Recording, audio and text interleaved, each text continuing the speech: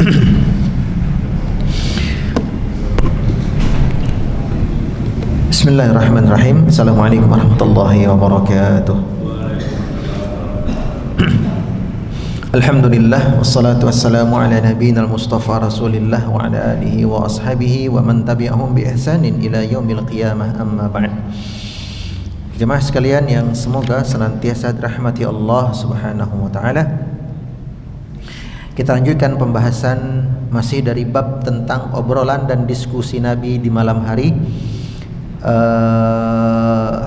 Hadis yang kedua di bab ini, hadis nomor 253 tentang kisah Aisyah ngobrol dengan Nabi sebelum tidur, pillow talk. Dan Aisyah waktu itu menceritakan apa? Ada 11 wanita berkumpul, berumpi, kemudian menceritakan aib suami mereka masing-masing. Tidak boleh ada yang disembunyikan. Yang mana perbuatan ini adalah perbuatan tercela, ya, perbuatan dosa karena membongkar atau menceritakan aib orang terdekatnya, yaitu pasangannya. Dan kita sudah wanita yang pertama yang menceritakan kondisi suaminya, yaitu suaminya lahmu jamalin ghassin ala ra'si jabalin. Itu adalah onta yang kurus, tidak ada daging, dan posisinya berada di puncak gunung. Jadi kalau kita naik ke gunung sampai puncak, capek enggak? Capek, ya kan? Setelah capek yang didapat cuman onta kurus. Nah ini kan enggak sebanding pengorbanan dengan hasil. Nah maksud istrinya apa? Mau kayak apapun bagusnya aku melayani suamiku, tetap aja perilaku dia kepadaku selalu buruk, ya, tidak pernah baik. Jadi ini istrinya mengeluh suaminya yang seperti itu. Dan la sahlun, tidak pernah mudah urusan sama dia, semuanya serba sulit. Ini sudah kita rinci di pertemuan kemarin, ya. Kita masuk ke aduan wanita kedua. Qalatis saniyah, berkata wanita yang kedua, zauji la abuthu khabarahu, suamiku akeh banget kurangi. Jadi nek jajal mbok hitung ora bakal rampung. Saking banyaknya apa kekurangan si suami. Inni akhafu alla adharahu, aku khawatir kalau aku ceritakan kepada kalian tentang kekurangan suamiku tidak ada habisnya. Jadi nanti kalian gak sempat cerita, gitu loh maksudnya. Nah itu kalau aku ceritakan semua, saking banyaknya kekurangan suamiku, kalian gak dapat jatah giliran cerita. In azkuruhu azkur ujarahu wa hujarahu, ya. Kalau aku diamkan saja segala keburukannya, itu mentalku kena. Tapi kalau aku ceritakan kekurangan, maksudnya aku protes, aku adukan kepada suamiku tentang kekurangan dirinya, dia menceraikanku. Nah ini tipe suami yang kayak gimana nih? Suami yang keras kepala. Bukan hanya keras kepala, keras hati. Suami yang sedikit pun tidak punya sisi kelembutan kepada istrinya. Tipe suami yang memiliki ego sangat tinggi. Laki-laki itu dibekali ego, itu penting. Laki-laki punya ego itu penting. Karena apa? Itu salah satu modal jadi seorang leader, punya ego. Namun yang tidak benar adalah ketika egonya itu yang menjadi dipertuhankan. Dia harus selalu benar dan dibenarkan. meskipun aslinya salah. Dia tidak terima dengan kritikan, nasihat, tidak terbuka dengan saran dan anjuran. Atos wonge. Makanya kata istrinya, kalau aku ceritakan kekurangan suamiku, gak akan habis-habisnya kalian nanti gak dapat waktu untuk menceritakan suami kalian. Di saat yang sama, kalau aku diam, aku pendem, terus apa yang aku alami? Stres, mentalku bisa kena. Bisa-bisa aku datang ke psikiater, depresi berat. Tapi kalau aku adukan kepada suamiku, mas, bo aja kayak ngana, langsung dipegat. Dan kalau suamiku ada salah, dia nggak ingin disalahkan. Ya, ini tipe suami yang bikin istri stres. Kita itu, Pak, memanglah Allah ciptakan sebagai qawwam, leader, pemimpin. Tugas kita mengarahkan, membimbing, mengawal, memutuskan. Namun yang namanya pemimpin, dia kan punya menteri-menteri, betul? Seorang raja, seorang presiden, dia punya ajudan, dia punya juru bicara, dia punya menteri-menteri. Fungsinya apa? Ngasih masukan. Karena tidak ada orang di muka bumi ini yang menguasai semua bidang. Iya kan? Tidak ada. Bahkan nabi sekalipun. Jadi Nabi SAW itu pernah melihat kaum Ansar berkebun.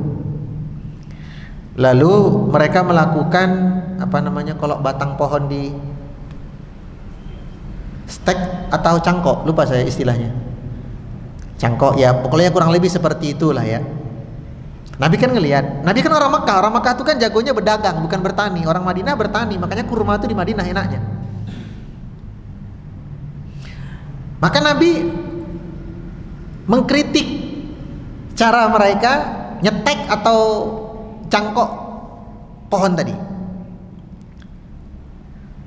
Dikira para sahabat ini wahyu, makanya mereka nggak berani counter gitu. Wih, yang ngomong kan Nabi kan gitu ya. Ya sudah, mereka terima, mereka lakukan tidak sebagaimana yang dilakukan ratusan tahun ini. Ya, jadi out of the box, gitu ya, di luar kebiasaan. Adapun yang sudah kadung mereka stek ya udah dibiarin.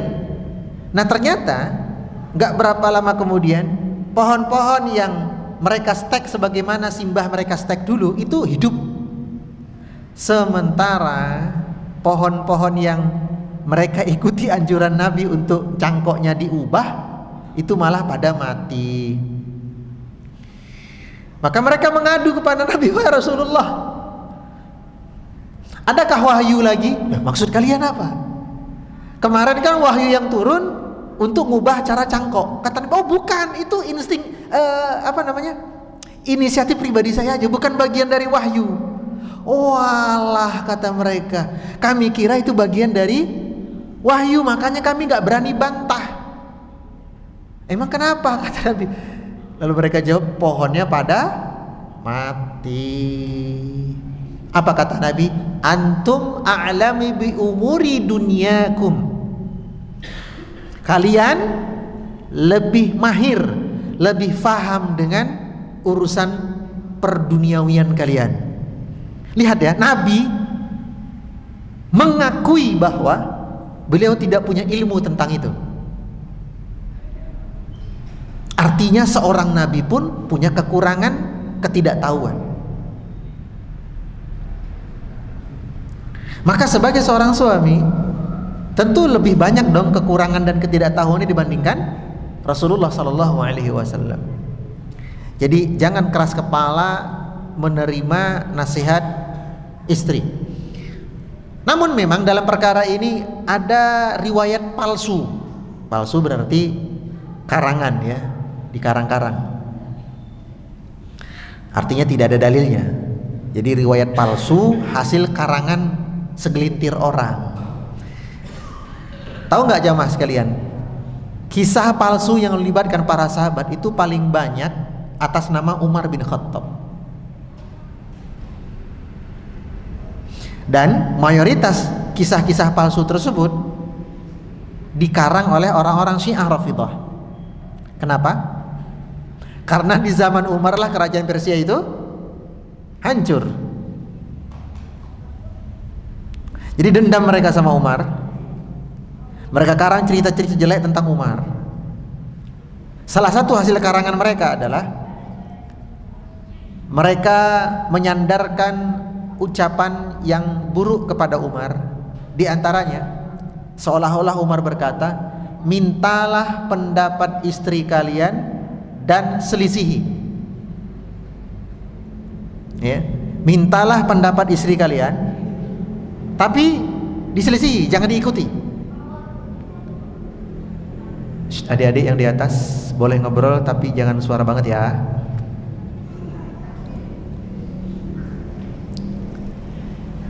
Udah. Apa karangan mereka? Umar berkata, mintalah pendapat istri kalian tapi selisih.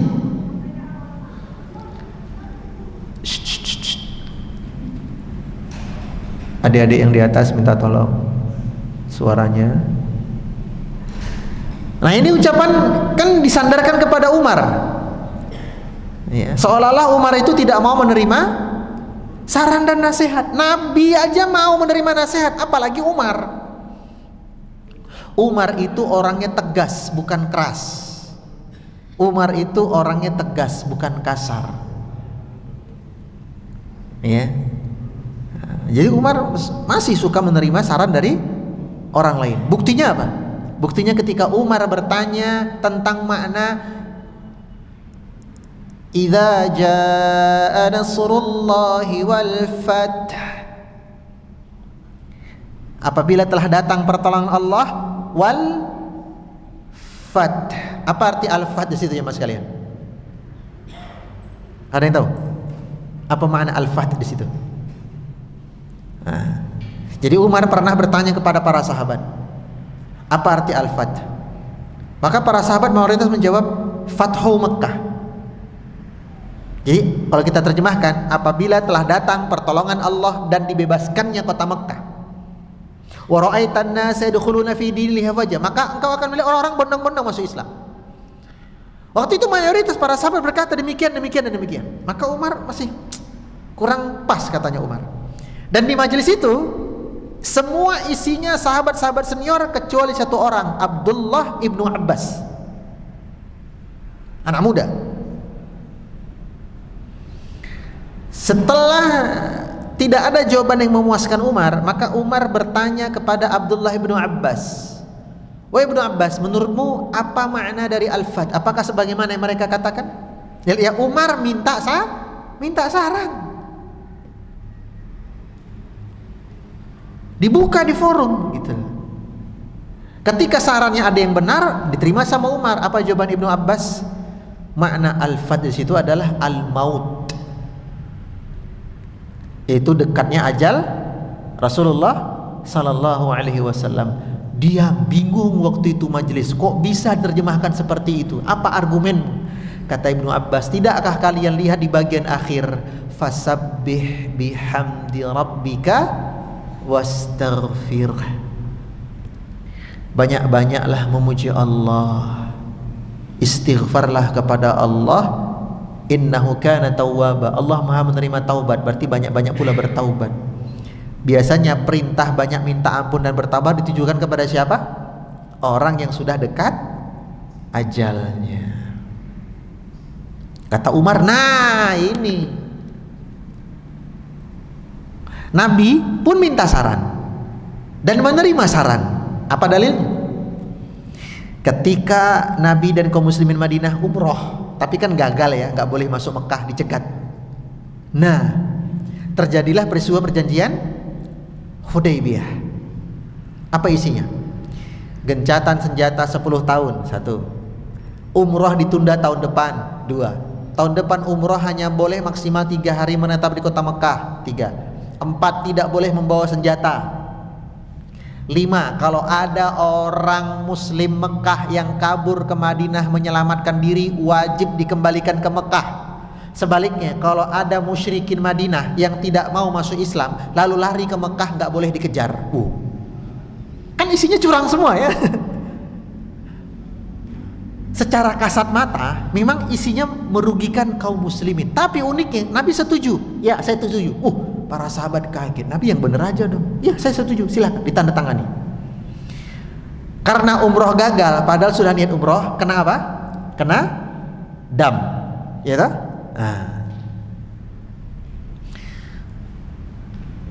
Maka Nabi perintahkan para sahabat untuk menyembelih hewan dan tahallul, bercukur. Ternyata nggak ada yang manut. Kata Nabi sekali lagi, sembelihlah hewan-hewan kalian dan cukurlah rambut kalian. Para sahabat diam aja. Waduh, kok nggak ada yang nurut ya? Nabi kemudian masuk ke tenda beliau. Kebetulan waktu itu istri beliau yang ikut adalah Ummu Salamah.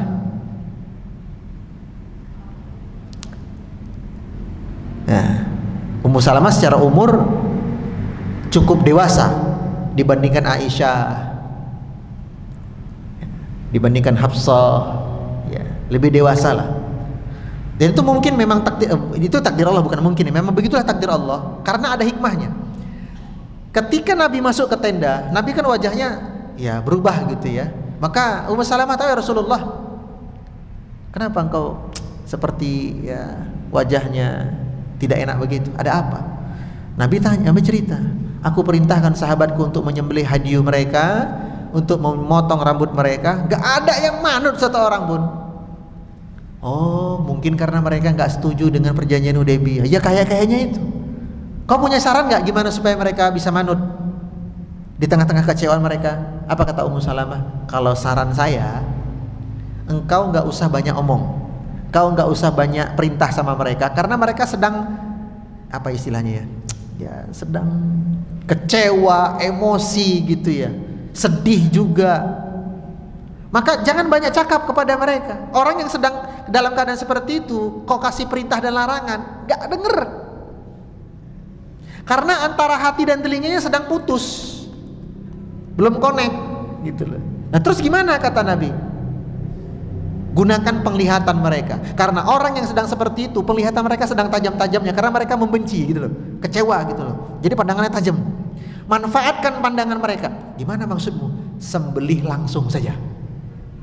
Engkau sembelih hewan-hewanmu, engkau potong rambutmu tanpa sepatah kata pun kepada mereka. Pokoknya keluar dari tenda lakukan. Ya sudah, Nabi ikuti. Nabi keluar dari tenda, ambil hewan, sembelih sendiri, kemudian cukur rambut beliau sendiri. Para sahabat yang melihat itu langsung apa? Melakukan. Tuh, Nabi minta saran kepada istri. Dan yang namanya rumah tangga itu kan diskusi, ya kan? Diskusi dua arah. Kecuali jenengan masih jomblo, urus-urusan diri sendiri, ya siapa yang mau diajak diskusi, ya kan? Masalahnya ini sudah berkeluarga, melibatkan istri dan anak, ajak dong diskusi, buka forum. Kalau memang saran istri lebih benar, ya silakan itu yang dijalankan. Ya, ini wanita yang kedua mengeluhkan suaminya yang bersikap demikian. Wa qalatis tsalitsah. Adapun suamiku, kata wanita ketiga, zauji asyannaqu. Suamiku tinggi kurus. Bukan tinggi tinggi kurus ya. Tinggi kurus. Menjulang. Akan tetapi akalnya pendek. Jadi suaminya jangkung, pertumbuhan fisiknya pesat, tinggi, tapi akalnya mandek. bodoh. Tidak bisa segera mengambil keputusan, bingung ketika ada masalah, slow respon, nggak cekatan, gampang bingungan, lambat berpikir. Ya, nah ini tipe suaminya. Jadi ini tipe suami yang oleh orang tuanya dulu hanya diperhatikan tumbuh kembang fisik, tapi tidak diperhatikan tumbuh kembang akalnya. Dikasih makan tapi isinya karbohidrat tok,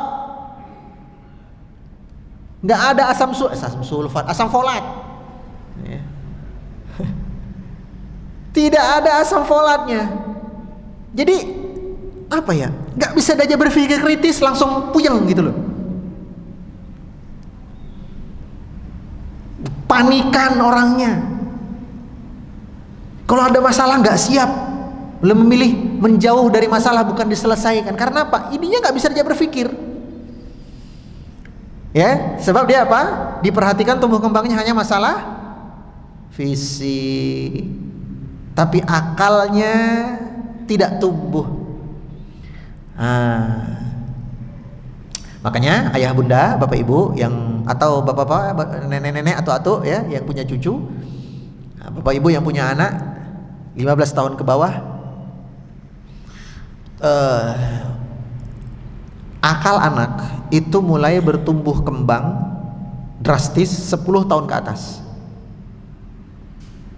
Begini itu grafiknya, sampai 25 tahun grafiknya kenceng itu.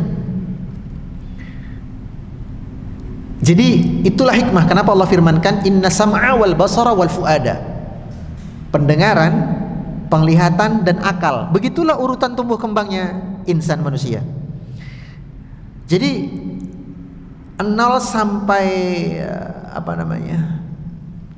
tahun, bahkan sampai 5 tahun, ya itu yang paling berkembang besar kan pendengaran. Ya. Cepat banget itu pendengaran. Kemudian 5 sampai 10 tahun itu penglihatan. 10 tahun ke atas akal. Makanya anak udah 10 tahun ke atas dia sudah bisa ngeyel dengan orang tuanya, betul? Sudah mulai ngebantah. Bukan dia anak durhaka, Pak Bu, bukan. Akalnya sudah berkembang. Ya. Dia sudah mulai bisa menganalisis sedikit demi sedikit, meskipun belum sempurna. Nah, oleh sebab itu, anak-anak usia seperti itu pandu dia untuk bisa mengembangkan akal sehatnya. Bagaimana caranya? Salah satunya dalam hal memberi perintah dan larangan.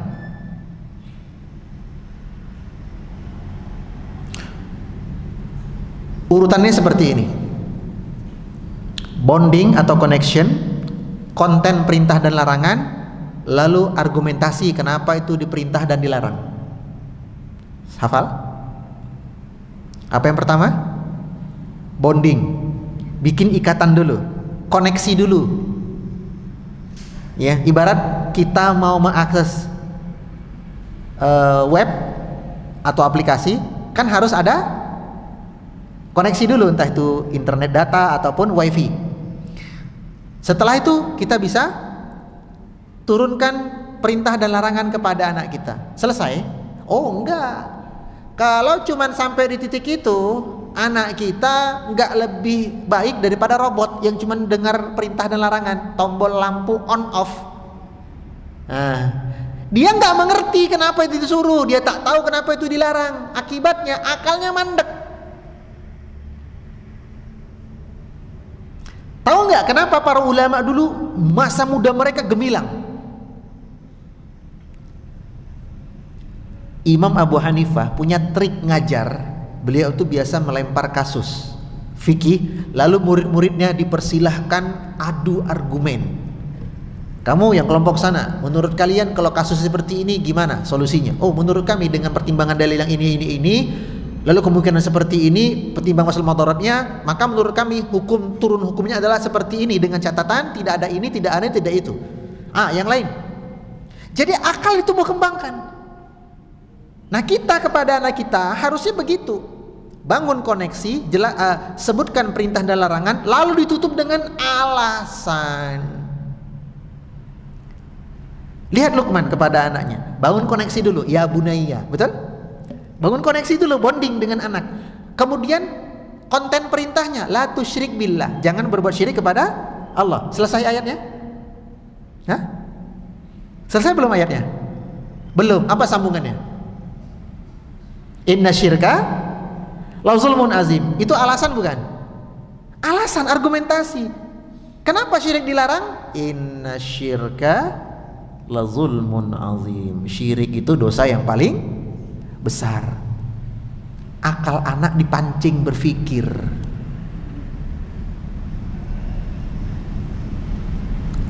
Itu yang harus kita bentuk kepada generasi kita. Supaya apa? Ketika dia dewasa nanti menjadi seorang suami, suami yang cerdas, suami yang bijak, suami yang siap menghadapi masalah rumah tangga untuk kemudian cari solusinya dan diselesaikan dengan cara yang baik pula. Anak-anak yang akalnya tidak ditumbuh kembangkan orang tuanya, atau dimampetkan, dimatikan akal mereka oleh orang tuanya dengan cara apa? Dimarahi.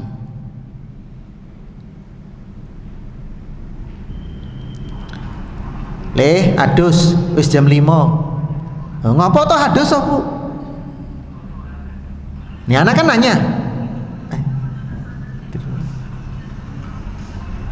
Anak kan nanya ya, ngapa toh hadus bu? Biasanya respon ibunya menjawab atau marah?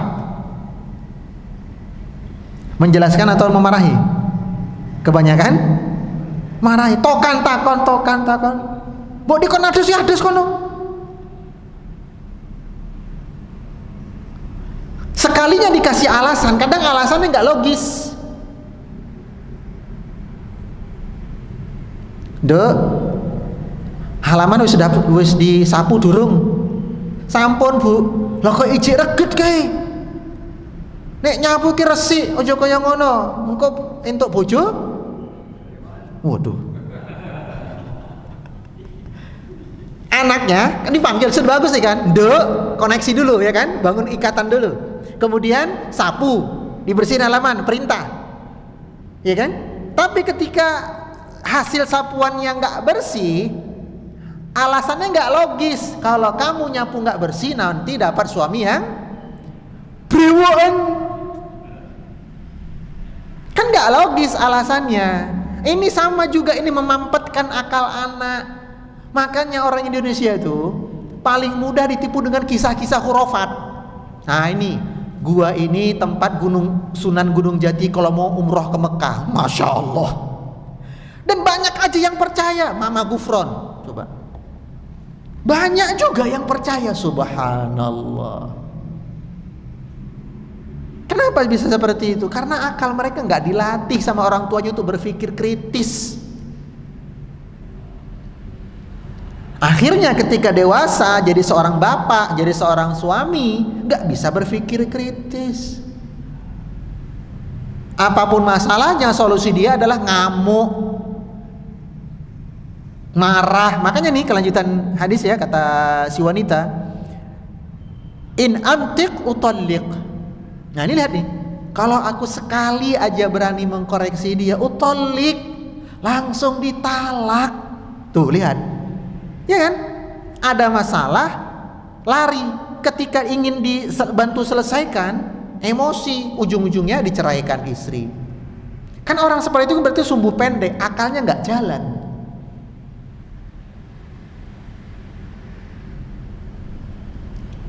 Cerdaskan anak kita agar kelak di masa mendatang menjadi orang dewasa yang cerdas pula.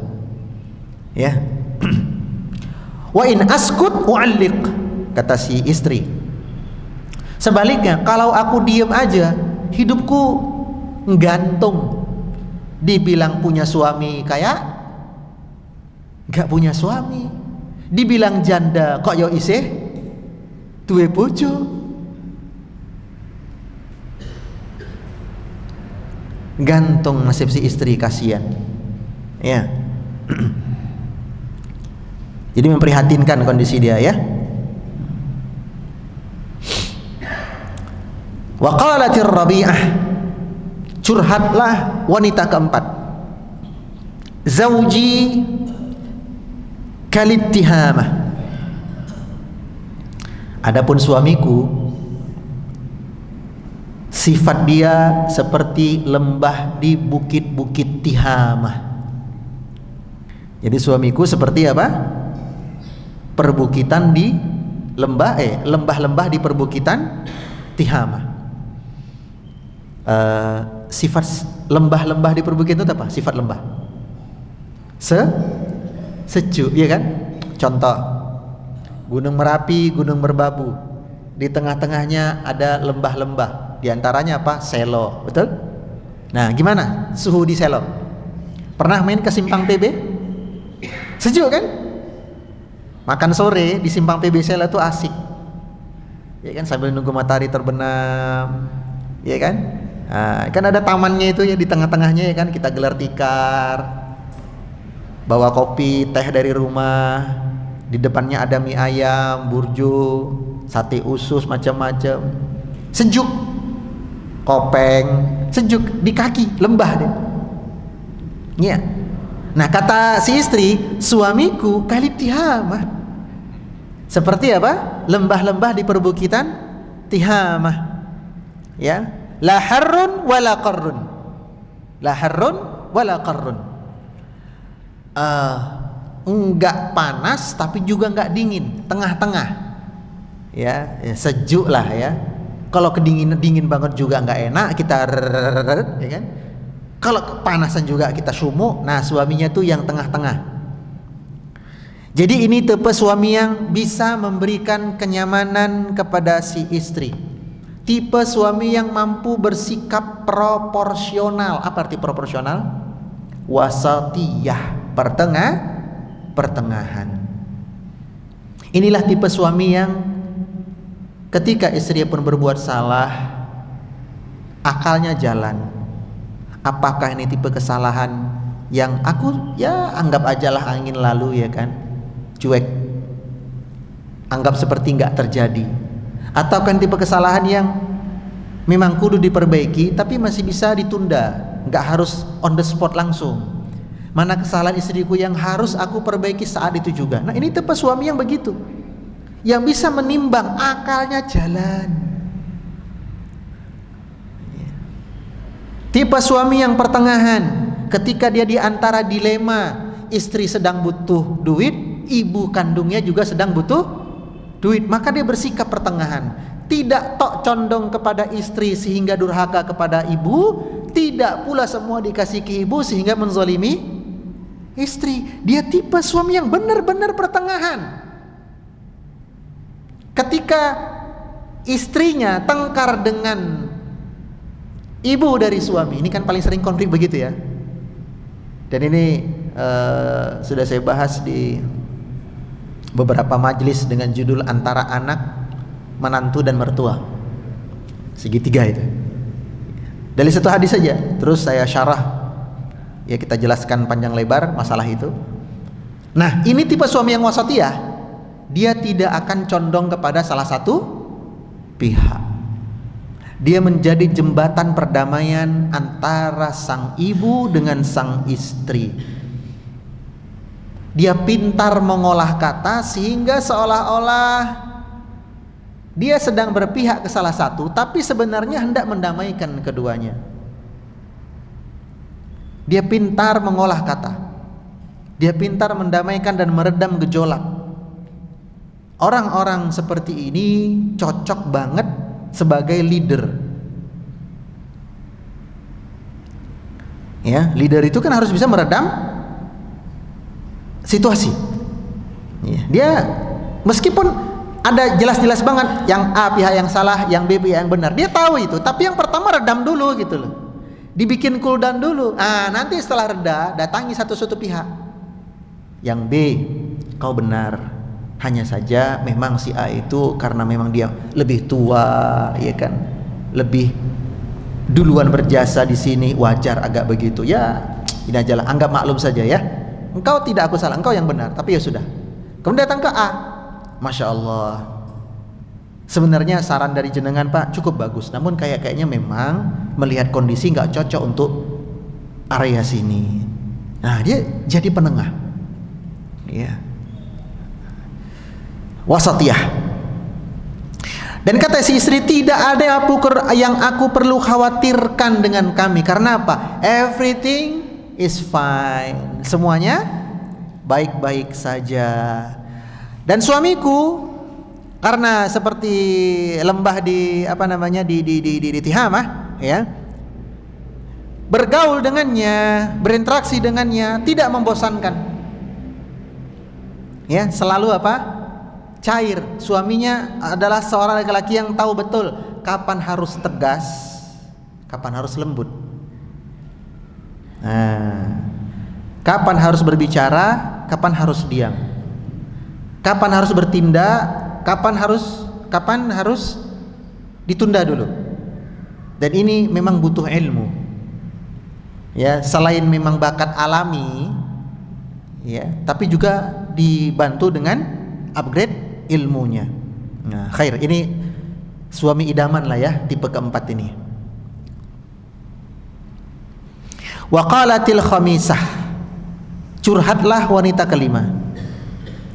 Zauji in dakhala fahida, suamiku kalau masuk rumah itu seperti harimau. Fahad itu artinya harimau, ya, fahad itu artinya harimau.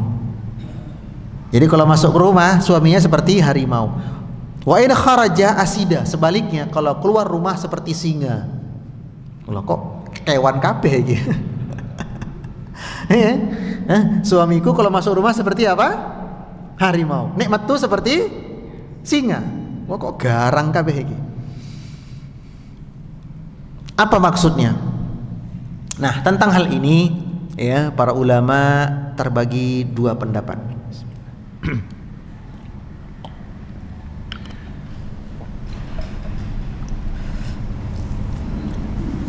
Ada pendapat yang mengarahkannya ke mana positif, ada pendapat yang mengarahkannya ke mana negatif. Kita bahas dulu yang positif. Seperti apakah suaminya? Kalau kita arahkan ke makna yang positif, artinya suaminya itu masuk rumah seperti harimau. Maksudnya gimana? Selalu bawa bekal makan untuk anak istrinya. Artinya suaminya kan keluar nih nyari makan, nyari buruan, nggak dipangan dewe. Nek entuk sego berkat digawa. Anak takon, "Loh, Bapak boten dahar?" Apa jawab kita? Sampun wareg. Ya toh? Nah, kuwi harimau. Jadi pulang ke rumah membawa makanan untuk anak dan istrinya.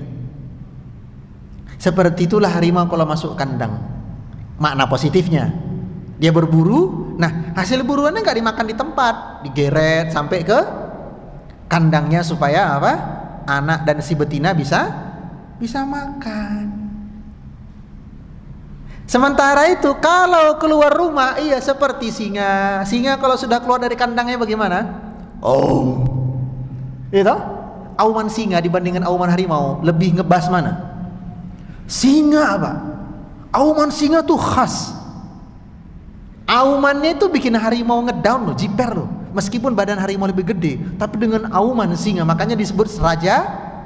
Jangan raja singa, raja hutan. Raja singa itu penyakit ya.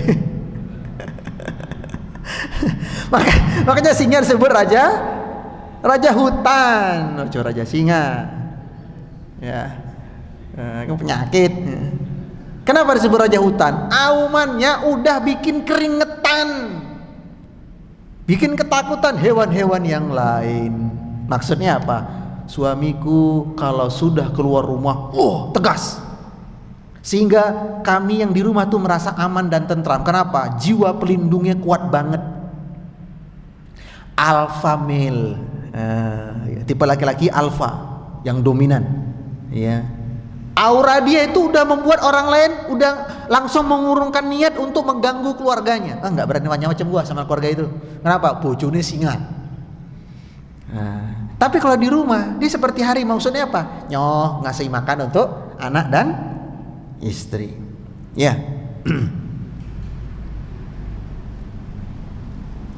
Itu pendapat yang positif. Tapi ada juga ulama yang mengarahkannya ke makna yang negatif.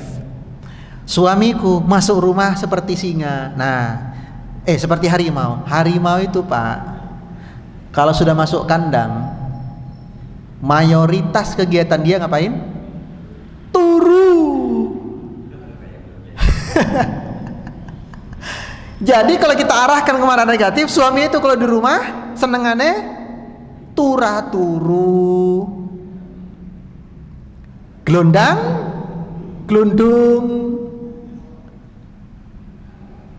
nggak peduli dengan urusan rumah. Pokok men, aku wis nyambut gawe, wis go panganan, ya wis bar maem turu.